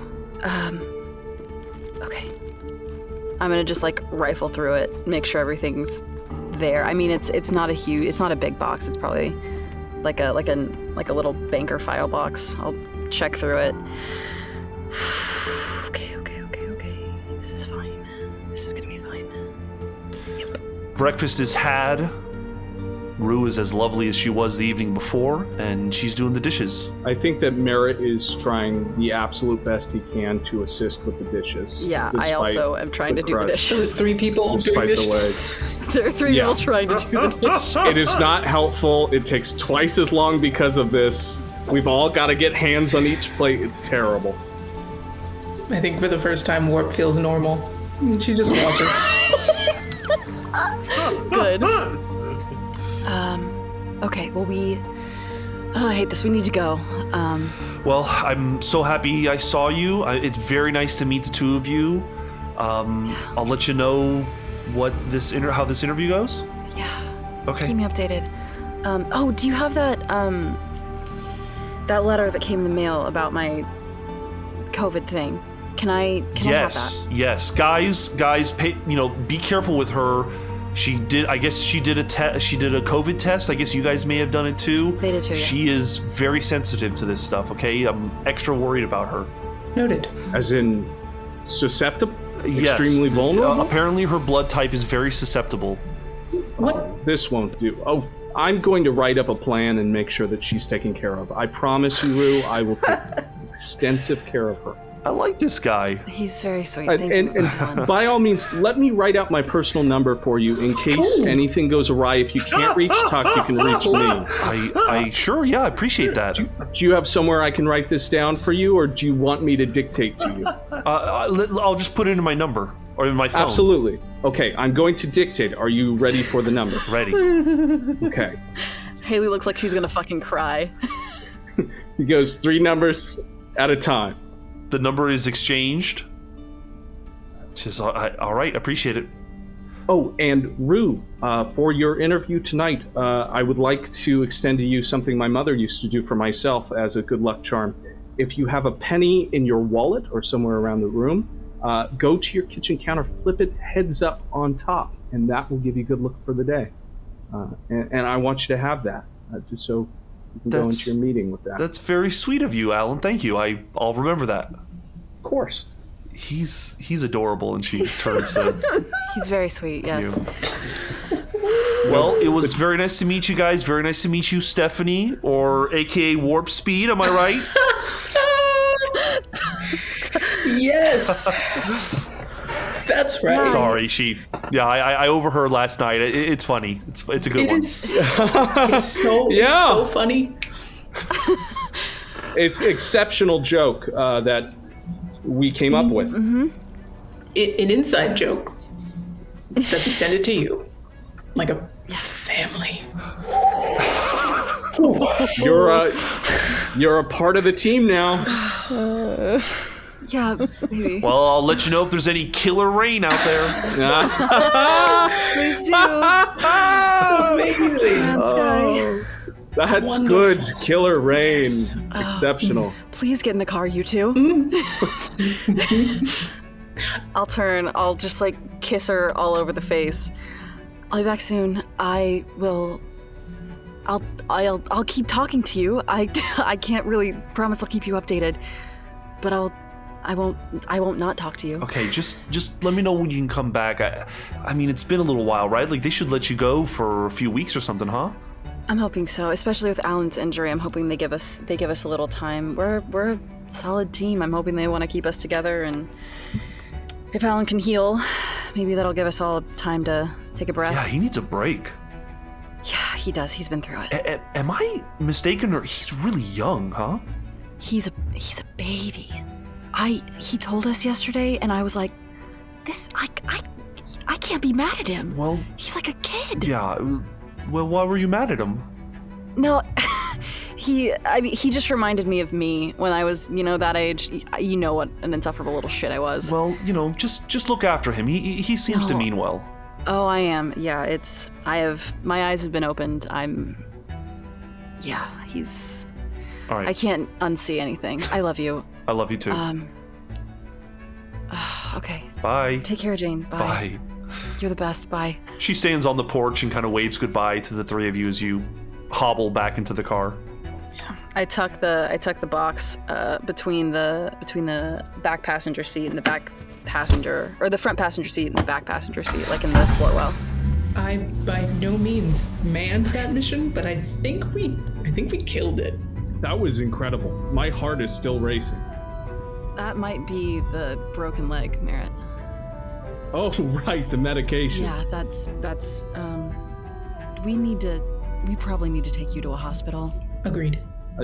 Do we think, Sergio, in this, with Merritt's sense of time, that we have any ability to see a medical professional before we head back to New York? Yeah, I think it would make sense. It's still pretty early in the day. It's like 8 a.m. You could probably stop at the hospital. It's only a 4-hour drive back into New York. You should be able to make it, at a decent hour. In that case, I think for the most part we should be all right, as long as there's not any extension or look underneath the cast, which that would break protocol anyways, since it needs time to heal. So it should just be a refill on prescription. Yeah. Double check that the side effects aren't destroying me, and so forth. You need antibiotics. Would they have given me a prescription in case I needed it? Yes. Okay. So if I have a prescription, I don't think I have to give them any real story at a hospital past that. So I'm banking on that information, that DG checked its boxes, that I can get help if I need it. So you're going to go fill the prescription? Yeah, I think so, yeah. We can say like CVS for that then. We don't have to go all the way to the hospital. Well, yeah. Whatever there's the nearest location for getting us some quick help that's more or less innocuous. While you are waiting for the prescription to be filled, Agent Warp, your personal cell phone rings. Oh, she answers it. An automated voice says, Hello, this is a call from Gratitude Heart in Clayton County Jail. Press 9 to answer. We're in the car? You are stopped outside or inside the car. You are waiting for for Merritt to return with his medicine. Okay. Then yeah, I'll accept it. There's a pause and then a beep, and you hear the familiar voice of Gratitude Heart come on the line and say, Hey. Hi. How you doing? I'm good. You called me. Are you? Yeah, I called you because you barely ever call me. I'm sorry. I've been busy. I mean, I don't know if you got my most recent letter. It's been a while, but I'm working again. Yeah, well, good for you. I'm still rotting in here. I'm sorry. Look, listen, I'm working on an appeal right now, so I don't have a lot of time, but I wanted to call you and just say, could you ask your therapist to, not bother me asking questions about you? I don't have time. Why did Dr. Byrne call you? That doesn't make any sense. When did she call you? She called me, a day ago. What did she say? I don't know, she was just asking me, like, your address and, like, where you work and asking you for your phone number. She said she lost it. She, like, lost it in her phone or something. Don't do that again. Well, I mean, next time don't give my information to your therapist. I didn't know what was going on. I just told her what she wanted to know. So everything, the address, the phone number, all of it? I gave her, like, the information she said she already had, but she lost, like your address, your phone number, email, that kind of stuff. Is there something wrong? No. Part of me is honestly a little happy that you memorized all of that. I've got it written down. Sure. Then... Are you okay? I'm fine. Yeah? You said you're working again? Yeah, organizing. Reading. Okay. Regular stuff. That's not work, Gaze. It is now. It's fine. Don't worry about it. I will... Is there anything that I can do to help you? Like, do you need a character witness or anything, or...? Yeah, I'll let you know about that. After all, you're such a talkative, good character, huh? We all did what we had to do. I'm not going to talk to you about that. We made our decisions. But I will help you if you need help. I appreciate that. I'll let you know. Okay. Okay. Bye. Bye. I think by this time, Merritt and Tuck, you've at least come back to the car and you see that Warp is kind of getting off the phone. Everything okay? Yes. Is that the other team? No, it was personal. Are you sure you're okay? You look shaken. I always, You don't always look this shaken. Is an old friend from the family. Oh. Which we also need to talk about, but not right now. Okay. We have a car ride. Okay, then maybe no. I mean, if you're not ready, that's... It's fine. We already touched on it. It's actually a little easier to talk about because it's mission related. Okay. So I was being really ambiguous about it before, but okay. I was in a cult and the cult got swatted and a lot of people aren't alive anymore. And I'm obviously one of the people that are alive. I've been alive the whole time. Anyway, the person that called me was also from there, and when we were in Cicada, I'm worried. Take your time. We might have to go to Kansas. Kansas? What's in Kansas? Galworthy Farm? Another farm? It's not like that. It's not like that. It's... Should we leave Samael home just in case? Wait, why?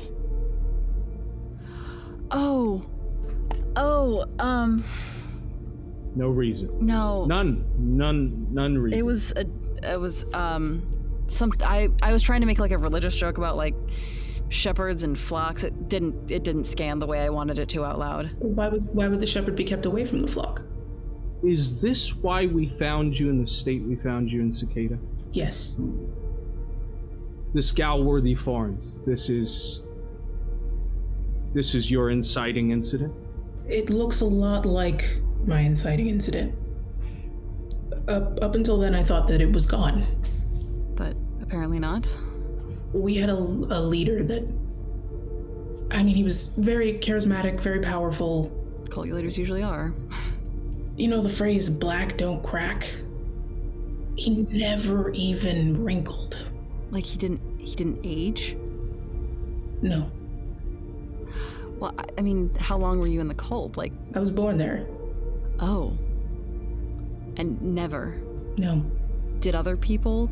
Yeah, everyone else actually. And when I thought it was taken care of, I assumed he was one of the people that were also taken care of. But this place looks a lot like that place, down to the symbol. And it's clear, like in Warp's notebook, this symbol is everywhere. Well, the cult is all about sending a message. Is it possible that he passed this message on to someone else, or perhaps he left to move the flock? I'm hoping that that's what it is.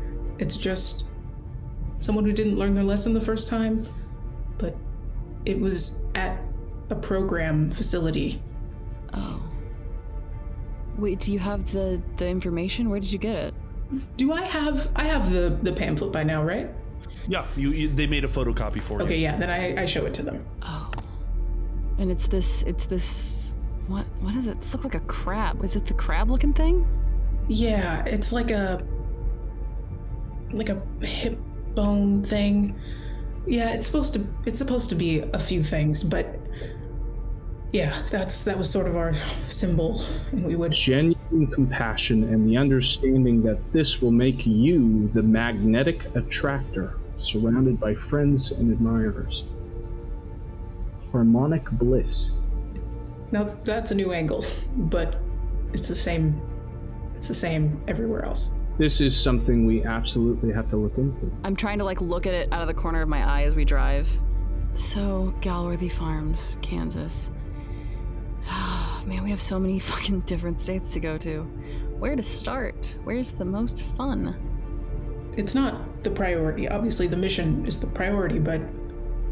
Well, this could be part of the mission. Wait, hold on. You said you were born in Connecticut. Were you in Kansas when this happened, or was your cult in Connecticut?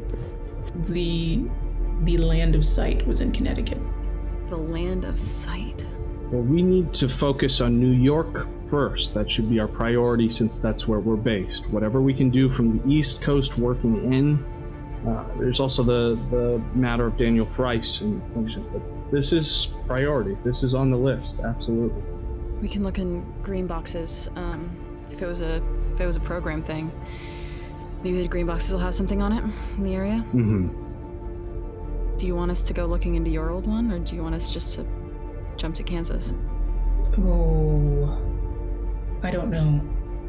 Technically, the acquisition of information is more important than my own emotional discomfort, so we should prioritize that for now. You're beginning to sound like me. Any of our emotional discomfort is going to affect the mission, so we also have to take that into account as we go. Well, if we go, I don't have to look at anything. Trust me, I know enough. Okay. But I do want to go to Kansas. Okay. Speaking of personal connections, did you pick up the 97 box? Yes I did. It's in the back. And you think that may have something to do with what we're doing here? I think it may have something to do with the Dark Man. This is the third case that, or I guess this one happened in the middle, so technically it would be the second. Meadowbrook would be the timelines don't matter. I think it's involved in whatever this Dark Man, Nyarlathotep, whatever this is. I think he's something in it. Where is that based in? Yosemite. California. Yeah. We'll say that you get on the road, you eventually get the cryptic text from Samael, you get the update about meeting at a Air Force base, and then later a White Castle. Adds about 30 minutes to your drive, but nonetheless, you know that you'll be able to get there in a few hours. Around little after 1:30, Warp, you get another call on your personal cell phone. Immediately answer. It is Dr. Margaret Byrne calls you and says, hey Gaze, I'm calling for our weekly appointment. Right now? We scheduled it for now. Do you want to change it? Sugar. We did. We can totally change it. It's okay. Yes. Let's do the same time 2 days from now? 2 days from now. Okay, let me check my book. So how are you doing? How are things going? Things are going, and I am fine. Good, okay. Yeah, I do see some time. Let's see here. Today's Saturday, so Monday, yeah, we could do Monday. Does 10 a.m. work for you? That should. I have a question, actually. Did you call Gratitude? Gratitude, your sister who's in jail? Yes. No, was I supposed to speak to her, or was I expecting a call from her? I don't think Warp says anything. Yeah, Warp, give me a sanity check. Baby! No. Oh no, a Warp sanity check? Oh, but brace yourselves, everybody. Y'all, 32 out of 35. Oh! Yes. Explain to me how Warp is able to maintain her composure in this moment. I think it's only because she's in the car with the rest of the dysfunctional family.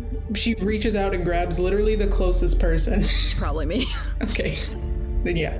Gaze? Gaze, are you there? Yes. Gaze, are you okay? Oh. I am okay. So am I gonna expect a call from Gratitude, or? No, don't worry about it. Confusion. There was a mix-up. It's handled now, thank you. Oh, okay, good. All right, honey, well, I'll see you on Monday, okay? Yes, Monday at 10, thank you. Looking forward to it. She hangs up. Would you tell them what just occurred? Yeah. So we'll assume going into next session that when we see you guys again, you've had a conversation. And I think that's a good place to bring our session to a close. God damn it, Sergio! I knew that Dr. Burns shit was no bueno. Sus. So good.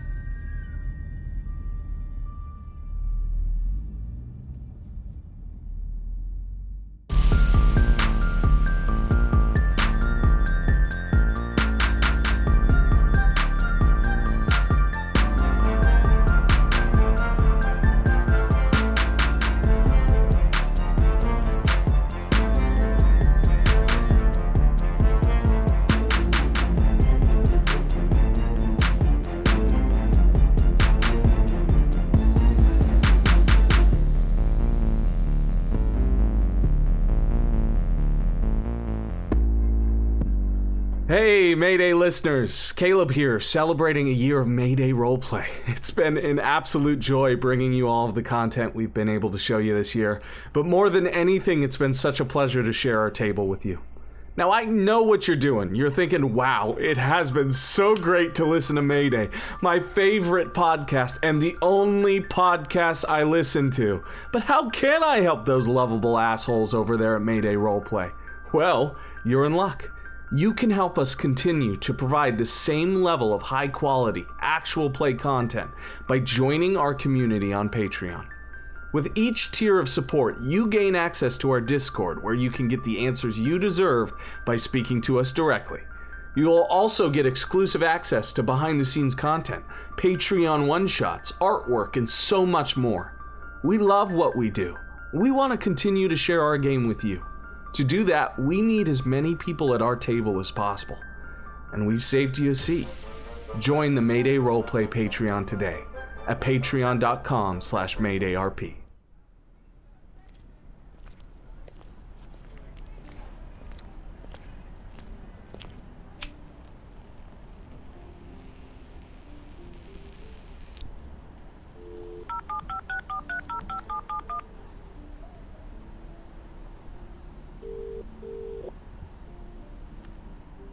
Hey, yo, can you hear me? Yeah, it's me, Johnny. Who's this? Her sister. Jesus, I'm gonna be talking to the whole fucking family by the end of this. What's that, sweetheart?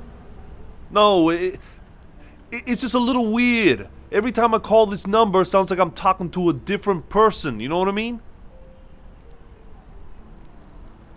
You're gonna relay it, huh? Yeah. All right. Well, as predicted, Father Jones showed up. Yeah. Had a group with him. 4 women and another guy. They sure as hell don't look like clergy, I'll tell you that much. Right. Anyway, the next day he led them to his church. They were held up there for a day doing God knows what. 3 of them split in the morning. I think 2 stayed the night, and the next morning Father Jones left alone. So I followed him. Went into Brooklyn. Yeah. He had this weird interaction with a little girl and a woman. I got the impression they were related, so when I went digging, turns out old Father Jones has an illegitimate daughter he put up for adoption. Now, I'm not sure if the church knows about that yet, but for some little extra scratch, I'd be willing to retrieve the birth certificate for you. Is that something you want? A little dirt? Huh? Okay, yeah. I can leave it alone if that's what you want, yeah. Look, I got one minor setback, though. He spotted me. Yeah, I was sitting on a bench, and I thought I was clear of his view, but he caught me being a looky-loo. He called out to me, said something like, hey, Hey, tell Mary or Mallory I said hi. You know Mallory? No? Okay. Anyway, I followed him for a while, but he must have been on to me because he led me nowhere for 45 minutes, so I broke it off. I'll probably have to lay low for a day or two while he cools down. I don't know what he's up to now, but, yeah? Alright. Alright. Hey, as long as those direct deposits keep coming, I'll follow this guy wherever the hell you want. I gotta ask, though. I'm real curious as to what you guys want from this priest. I mean, he seems like a bit of a drinker, but what, he owe you money? No, what I'm saying is it'll help me know what to look out for. I know how these holy men can stray, you know what I mean? Yeah, sorry. Oh, hey, no, sorry, of course. I can respect your privacy. Sorry. Well, that's it for now. I'll call back in a couple of days when I got something new, okay? Yeah, take it easy. Fucking weirdos.